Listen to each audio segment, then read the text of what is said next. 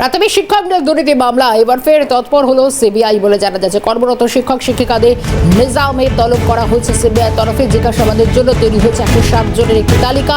সেই তালিকা পাঠানো হয়েছে প্রাথমিক শিক্ষা পর্ষদে। এ মাসে শেষ হবে জিজ্ঞাসাবাদ পর্ব, এমনটাই সিবিআই সূত্রে অন্তত জানা যাচ্ছে। নতুন করে প্রাথমিক শিক্ষক নিয়োগ দুর্নীতি মামলা তৎপর সিবিআই। আপডেট জানবো, আমাদের সঙ্গে মেঘা রয়েছেন। মেঘা, কি খবর সিবিআই সূত্রে? প্রাথমিক শিক্ষক দুর্নীতির ক্ষেত্রে এবার সিবিআই বড় সড়ো পদক্ষেপ। সিবিআই তরফ থেকে ইতিমধ্যে প্রাথমিক শিক্ষা পর্ষদে একটি নোটিশ পাঠানো হয়েছে এবং সেখানে জানানো হয়েছে যারা কর্মরত শিক্ষক শিক্ষিকা রয়েছেন তাদের মধ্যে 107 জনের একটি তালিকা তৈরি করা হয়েছে।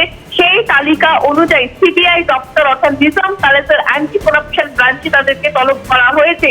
আমরা দেখেছিলাম যে এর আগের দিন অর্থাৎ গতকালও কিন্তু বেশ কয়েকজন এসেছিল।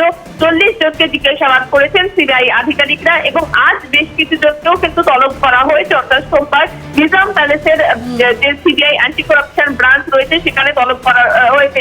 মূলত সিবিআই আধিকারিকরা তারা মনে করছেন যারা শিক্ষক শিক্ষিকা বর্তমানে রয়েছেন সেখানেও কিন্তু গলদ রয়েছে বলেই মনে করা হচ্ছে। সঠিকভাবে নিয়োগ হয়েছে বলে কিন্তু মনে করছেন না, সেখানে সন্দেহ প্রকাশ করছেন সিবিআই গোয়েন্দারা। তুমি জানো প্রাথমিক শিক্ষক নিয়োগ দুর্নীতি মামলায় চার্জশিট পেশ করেছেন সিবিআই আধিকারিকরা। অয়নশীলের বিরুদ্ধে 8 জনের সাব এজেন্টের নাম উঠে এসছে। সেখান থেকে 2014 সালে স্টেট যে দুর্নীতি হয়েছে সেই দুর্নীতির ক্ষেত্রেও কিন্তু প্রায় 2 কোটি টাকা নেওয়া হয়েছিল এবং সেগুলি নিয়েছিলেন বিভিন্ন সাব এজেন্টরা জেলা থেকে।